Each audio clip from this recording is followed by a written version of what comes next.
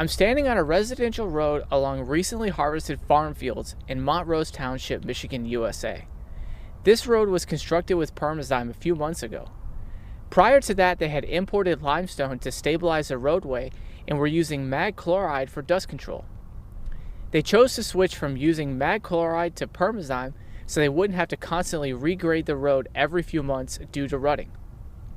Now, since they switched to Perma-Zyme, they haven't had to touch the road since it was treated a few months ago.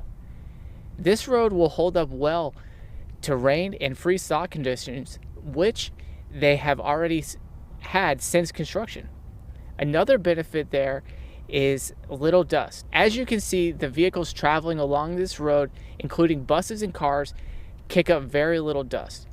Going forward, Montrose Township can expect this road to maintain its reliability throughout the changing seasons, including the wet summers and cold, snowy winters.